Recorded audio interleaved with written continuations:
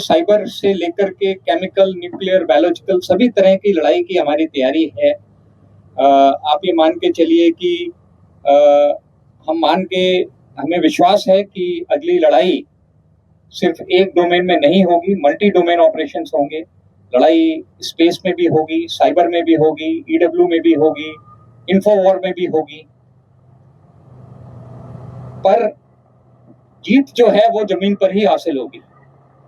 तो ये सारे डोमेन में जो भी हम काम कर रहे हैं वो किसी तरीके से जो हमारी अल्टीमेट जीत है, वो चाहे 71 की जीत हो, चाहे 65 की जीत हो, वो जब तक हम जमीन पर कब्जा नहीं करेंगे वो पाकिस्तान मानेगा नहीं कि हम जीत गए हैं।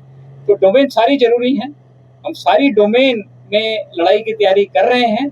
पर जो आप ग्राउंड पर देख रहे हैं ये फिर लास्ट, ये मान के चलिए कि सारी डोमेन को मिला करके लास्ट में जो ऑपरेशन होना है वो यही है जो आप एआई, जैसा मैंने कहा कि टेक्नोलॉजी जो हम हासिल कर रहे हैं, हमें पता है कि हमारा दुश्मन भी वो टेक्नोलॉजी हासिल कर रहा है। और इसलिए जरूरी है कि जब हम टेक्नोलॉजी को अपने सिस्टम में शामिल कर रहे हैं तो हम इस चीज को भी ध्यान में रखें कि किस तरीके से दुश्मन जब इस टेक्नोलॉजी को शामिल करेगा तो हम किस तरीके से लड़ाई लड़ेंगे।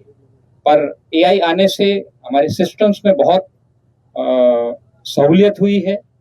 डिसीजन मेकिंग से लेकर के सर्विलेंस रिलेटेड जो भी सब्जेक्ट्स हैं, जो भी हमारे सिस्टम्स हैं, उसमें आर्टिफिशियल इंटेलिजेंस एक आप कहिए कि फोर्स मल्टीप्लायर है, कैटलिस्ट है। और इससे हमारी जो लड़ने की काबिलियत है उसमें इजाफा हुआ।